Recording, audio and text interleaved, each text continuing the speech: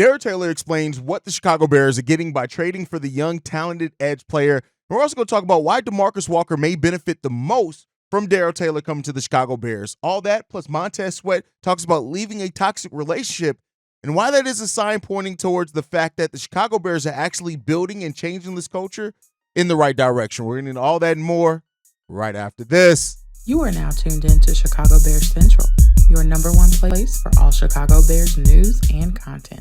What's going on, Bears fans? Welcome to another episode of Chicago Bears Central, your number one spot for everything Chicago Bears related. I'm the host, Darrell Haize, but more importantly, you guys can follow the channel at Chi Bears Central on every social media platform we happen to be on. With that being said, let's go ahead and get into this content for today, y'all. And so, listen, we're on cut date. The deadline is 4 p.m. today, Eastern time, 3 p.m. Chicago time. And, we'll be live as a channel shortly thereafter the cut deadline passes. But with that said, let's go ahead and get into this for today, man. So, Darrell Taylor talked about what the Chicago Bears are getting after they traded for him. He said this. Man, they're getting a very explosive player, a player that's going to be relentless, a player that's very passionate about the game of football. You're going to see that every day in practice. You're going to see that, obviously, on the field. I'm just excited to be here and excited to be a part of the organization. And Darrell Taylor is Ryan Poles' latest, which he has done every year since coming in to the Chicago Bears, of making a trade shortly, either during training camp or shortly thereafter, of bringing in somebody that's going to help shore up one of the shortcomings of the Chicago Bears team. And we know that we needed some help on that edge position. Darrell Taylor, while being a depth piece and a rotational piece most of his NFL career, has gotten a lot of sacks for being a player at that level. And so, when you have players that are emerging like Austin Booker, Daniel Hardy, right? And, even a veteran like Demarcus Walker, who we'll talk about in a second, why this Taylor signing actually helps him a lot. This is a good signing by the Chicago Bears. And, we were positive when the signing went down. When you look at this guy's tape, you see the motor. Is he a perfect player? No. But that's why the Bears were able to acquire him for a 6th-round pick, right? That's why he's getting paid $3 million. That's why, he is at the level he is, and he's been mainly a rotational piece the majority of his career, because he's not perfect. But he is a player that comes in here with a skill set that the Chicago Bears drastically need, and that's going to help this team. And that's all you can ask for. And that's what Ryan Poles has done so well in building the Chicago Bears team. He gets players that fit the culture, that have a lot left to prove, that still kind of fit the timeline, but ultimately bring a skill set that's needed. Again, to go over his resume, over 3 years in the NFL, and that's being a depth piece, right? Let me be clear here, a rotational piece. 91 tackles, 21 and a half sacks, a bunch of tackles for a loss, 6 fumbles forced, right? This dude is a monster, and he gets to the quarterback, he gets to the backfield, and that's what the Bears needed in this. You got your developing pieces in Austin Booker. We'll see what the future of Daniel Hardy is with this Bears team. Let's knock on wood. I hope he ends up making the roster, but you never know there. There's been a lot of talk about Dominique Robinson making that roster, but overall, Darrell Taylor's going to come in here, and he's going to want to prove some things as well. He's a free agent at the end of the season, and so whether it's auditioning for a long-term role with the Chicago Bears, which it could be, we'll talk about that here in a second, or it's auditioning for his next team, you want to put your best foot forward.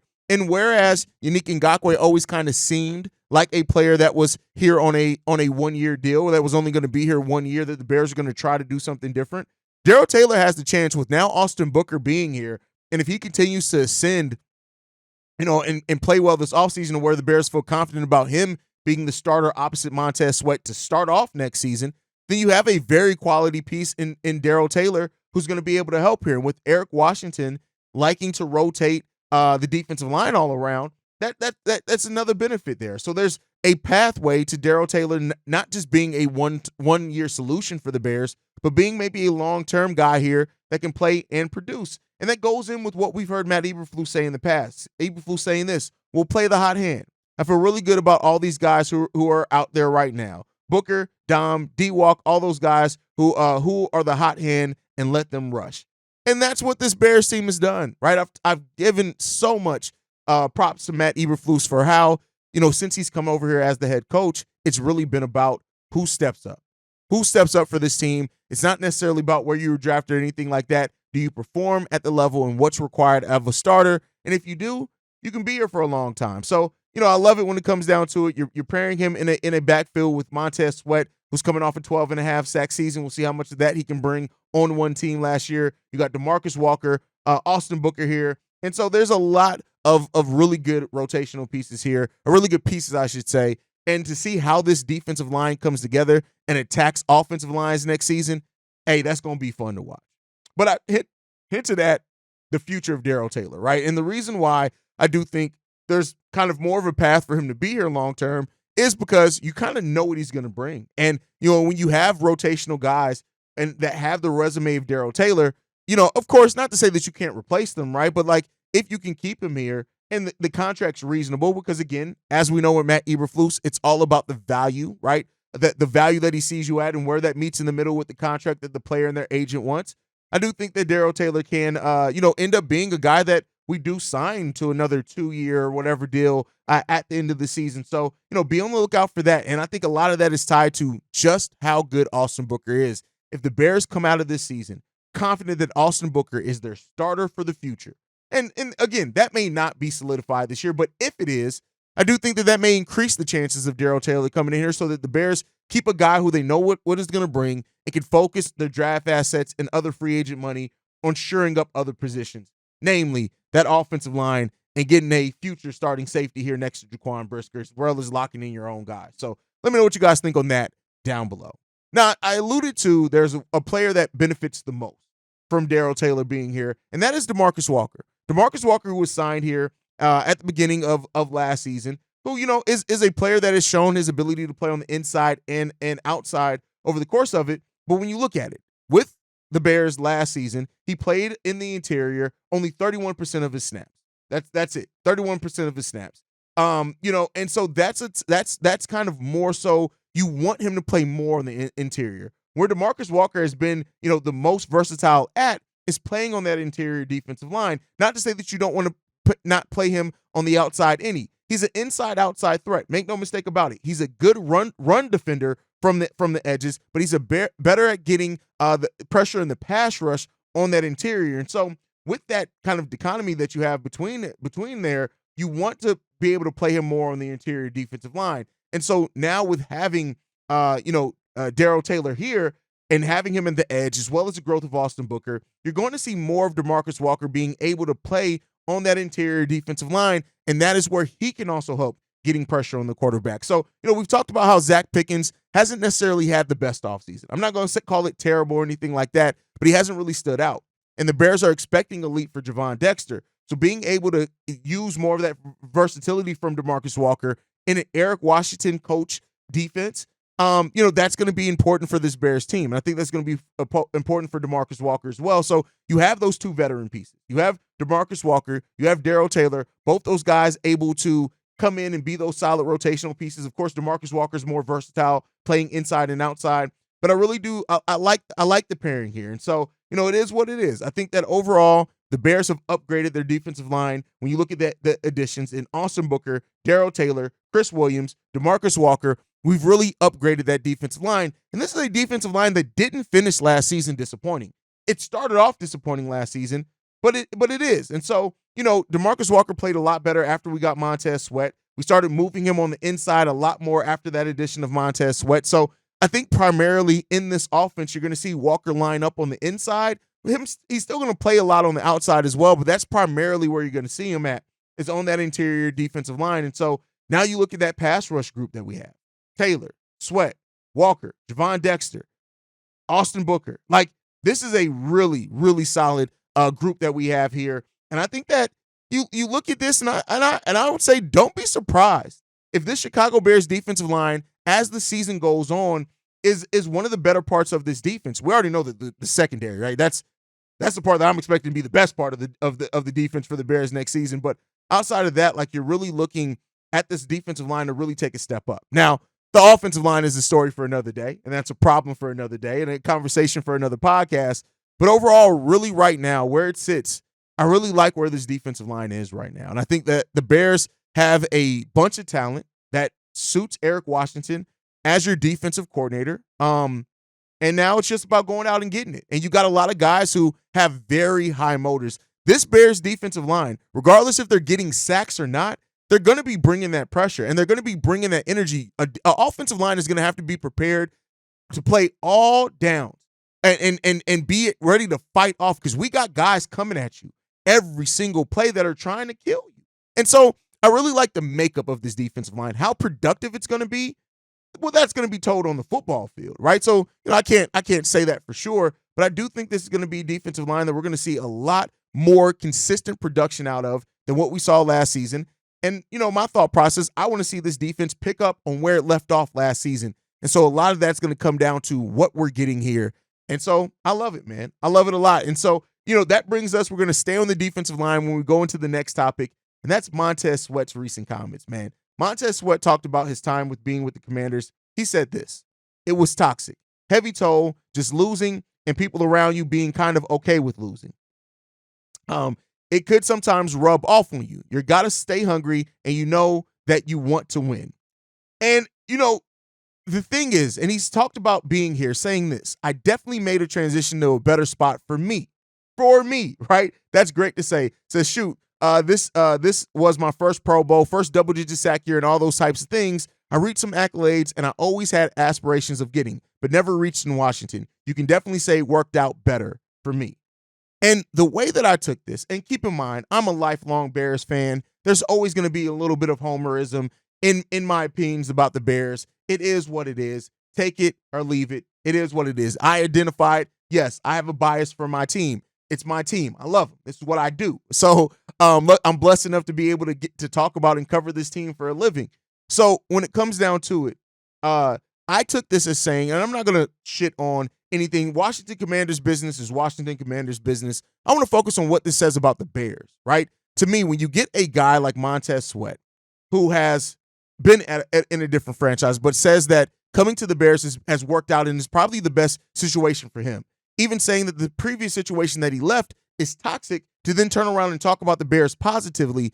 This is just a reminder. Keep in mind, we are now going into a third year after a completely revamped organization in a lot of ways. Ryan Poles came in here 3 years ago. This is now his third season leading this team, coming in here and trying to change the culture. It's the Chicago Bears. Now, I've said it before, not anybody's going to believe the culture is great fully. Well, there are going to be some people that don't believe in the culture until we're winning, because some people tie good culture with winning football, and that's not always hand in hand, right? There are some teams that have won that have really bad cultures. But again, but Montez Sweat, being a guy who came in here last year around the trade deadline, hasn't even been here a full season yet, but he's talked about just the integrity here, right? And that's something you hear from a lot of guys. Even when us as Bears fans had our doubts about Matt Eberflus, a lot of the Chicago Bears players believed in Matt Eberflus and never really wavered from that belief in Matt Eberflus, right? And so the Bears and what they're building here and how they're trying to change this organization, and how Ryan Poles and Matt Eberflus are trying and have started the work of changing this organization, changing the mindset, changing the culture here. Reading these quotes from Montez Sweat just made me realize that but just reminded me that the Bears are on the right path. Now, we got to continue to get to winning, right? We got to win more football games. We doubled our wins from the first season to the second season, but now it's about how many wins can we stack up and getting to that postseason, because we have a defense that we believe in. We have an extremely talented offense that still has some flaws and has a rookie quarterback, but we still have that. Like, when you really stop and think about it, look at where this team was the season that ended before Ryan Poles came in here to where this season is this team is now before this season begins. And it's really been a 2.5-year stretch of completely turning over this team and this roster. And you can't really it's easy when you're in the midst of it, right? Because, yeah, we still got things that we absolutely need to shore up. We still have things that we absolutely still are have shortcomings that we need to fix. But this Bears team, this organization, this franchise has really come a long way over that time. And the final hump is proving that you now, with building the culture, getting the talent in here, that you have the right guys to win football games, right? And to win at a high enough level. That's the next step. But even the fact that we're getting here, that we're at this point now where we could talk about it, and, even people saying, oh, is it a little too hype before they take the field? No. When you look at what Bears fans have been through, especially if you haven't been a die easy Bears fan, where you've been somebody that has rocked with and supported this team through the ups and the downs and the Mitch Trubisky's and all that, right? This team is really coming far away. Now, that does not take away from the fact that we got to win football games, and that is the most important thing, is winning football games when it's all said and done. But the process of how to get there, the fact that Ryan Poles didn't skip the process. Yeah, we went through a rebuild. Yeah, we were bad, right? And we understood where we were going to be bad. But the culture of this team is different. The expectations of this team is different. The fact that we even as Bears fans have expectations is wild when you sit there and think about it, because we haven't always been in the place to even have expectations over what this team could be.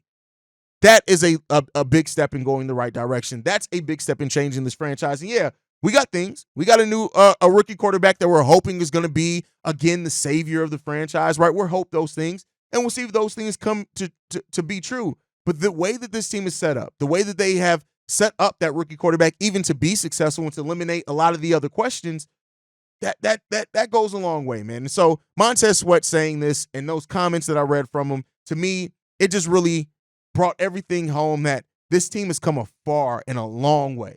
And the fact that we even sit in a place where now the biggest thing that we're looking for, the thing that we're focused on the most, is just getting wins. And of course, the development of some guys, but getting these wins, that's a big place to be at from where we started at.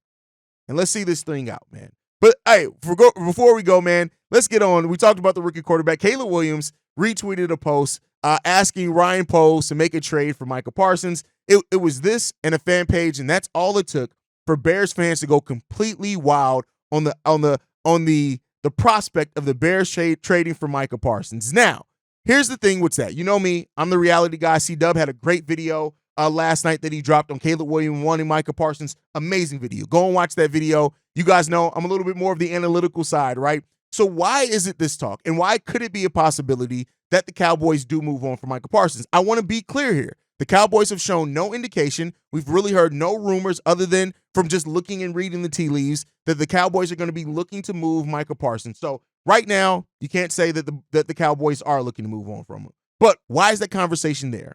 After CeeDee Lamb's contract, it basically has left the Cowboys around $28.5 million in cap space, with Dak Prescott needing a new deal that could get extremely high. There's been rumors that it could be $60 million annually. Now, that would be a crazy contract, but there's that conversation there. So with the Cowboys needing to focus on Dak Prescott reportedly, as well as soaring up some of the other positions there, considering Micah Parsons may be the best pass rusher in the NFL right now, there's some conversation around that. It could lead it up to a place where maybe the Cowboys are priced out on keeping Micah Parsons. Also, there's been rumors of like Jerry Jones telling the team things like that. So take that for what you will, right? Darius from Dallas, who calls in a lot, has talked a little bit about that. But so that's where it sits right now. It's just a numbers game. And where the Cowboys sit, now it depends on how they structure some contracts. They can structure Dak Prescott's or anybody else's deal to leave them the space needed, right? And like I said, for what it's worth, right now, Micah Parsons, he's the leader of that Cowboys defense. The Cowboys have shown no intent on moving him. It seems like the intent is keeping it together. So that's the thing there. But Bears fans, of course, are excited. Bears fans are stuck in a pipe dream. And here's what I'll say with you. The fan side of me is right fucking there with you.